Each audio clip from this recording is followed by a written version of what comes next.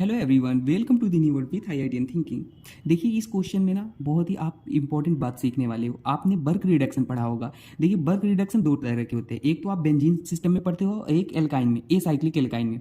जैसे आपको a cyclic alkyne given हो, साइक्लिक फॉर्मेट में नहीं तो वो ट्रांस एल्केन चेंज कर देता है। तो हम दोनों बात डिस्कस करेंगे। ये क्वेश्चन को सॉल्व करेंगे ही करेंगे, साथ में आपको जो नई बात मिलेगी रिएजेंट के बारे में वो भी हम बताएंगे। ठीक है, तो हम आपको डायरेक्ट क्वेश्चन करना सिखाएंगे और ताकि आप एग्जाम में क्वेश्चन को जल्दी अप्रोच कर पाओ। ठीक है, तो आइए सीखते हैं, स्टार्ट करते हैं। देखिए सबसे पहले मैं आपको बर्क रिएक्शन के बारे में बता देता हूँ। ठीक है ना, बर्क रिएक्शन, देखिए बर्क रिएक्शन जो होती है ना, वो तो सबसे पहले क्या करती है, अगर आपके पास कोई एल्काइन है, मान लीजिए हमने एक एल्काइन लिख दिया। ठीक है, देखिए ये नॉर्मल एल्काइन है।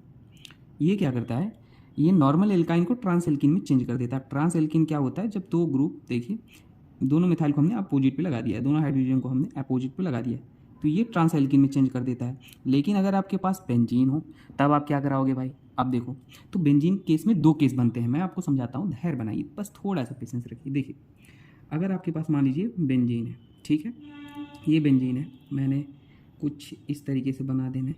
ठीक है, और यहाँ पे मान लीजिए आपके पास एक इलेक्ट्रॉन डोनेटिंग ग्रुप लगा है।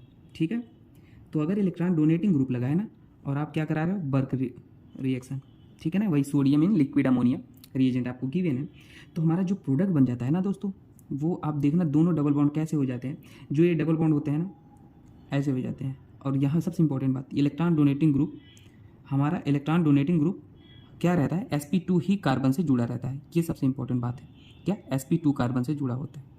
ठीक है, ऐसे एक डबल बॉन्ड घट जाता है।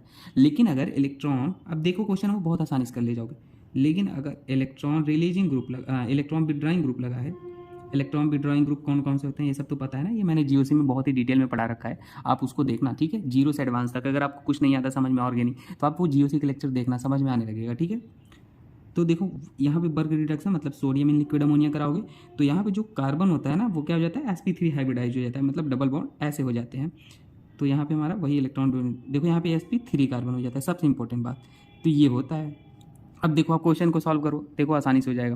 देखो आपको क्या गिवन था यहाँ पे दोनों, अब देखो थोड़ा सा आपको थोड़ा सा सोचना है। देखो यहाँ पे तो आपको दोनों दोस्तों ग्रुप भी गिवन था। देखो ये तो इलेक्ट्रॉन डोनेटिंग हो गया भाई, ठीक है ना, और ये इलेक्ट्रॉन विड्रॉइंग ग्रुप हो गया। अब कहोगे सर अब यहाँ पे किसको हम डोमिनेटिंग मानेंगे, तो अगर ऐसा केस आता है, इलेक्ट्रॉन डोनेटिंग और इलेक्ट्रॉन विड्रॉइंग का केस आता है, तो आप हमेशा इलेक्ट्रॉन डोनेटिंग को प्रायोरिटी देना। तो अगर इलेक्ट्रॉन डोनेटिंग को प्रायोरिटी दोगे तो हमारा मेजर प्रोडक्ट कौन सा बन जाएगा भाई, जल्दी से बताओ।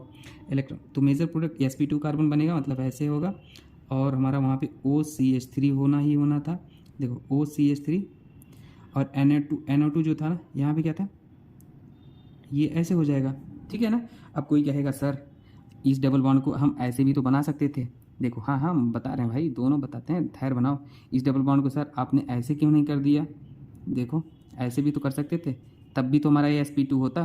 तो अब ध्यान देना दोस्तों, अब इंपॉर्टेंट बात है, यहाँ पे दोनों यूज हो गया है। देखो ये इलेक्ट्रॉन डोनेटिंग ग्रुप है, तो इसके ये वाला कार्बन क्या होना चाहिए, sp2 कार्बन है। और हमने बोला इलेक्ट्रॉन विड्रॉइंग ग्रुप है, तो इलेक्ट्रॉन विड्रॉइंग वाले में क्या हो जाता है, sp3 हो जाता है, तो ये sp3 था। तो हम इलेक्ट्रॉन डोनेटिंग वाले का भी रूल लगा दिया और इलेक्ट्रॉन विड्रॉइंग वाले का भी लगा दिया, जिससे हमारा दोनों दोनों मतलब जैसे थे, जो रूल फॉलो करते हैं वही रूल फॉलो करें।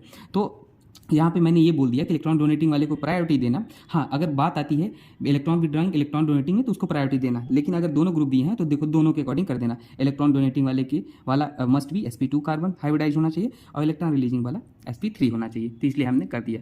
तो हमने सारी बातें कर ली हैं, अगर आपको कुछ डाउट होता है कमेंट सेक्शन में पूछ लेना। और दोस्तों मैंने हाँ और मैंने इसी चैनल पे ना ज्योमेट्रिकल आइसोमेरिज्म, बहुत ही ऑप्टिकल आइसोमेरिज्म, ज्योमेट्रिकल आइसोमेरिज्म पूरा, मतलब दोस्तों मैं जो वीडियो वहाँ पे बनाया हूँ ना उसमें कुछ भी छूटा नहीं है, एक्सेप्शन से लेके जीरो से लेके एडवांस तक आपके सारे क्वेश्चन लग जाएंगे, जो भी ट्रिक टेक्निक है सब कुछ बता रखा है। तो आप उस वीडियो को ये जरूर देख लेना, ठीक है। ओके दोस्तों, थैंक यू।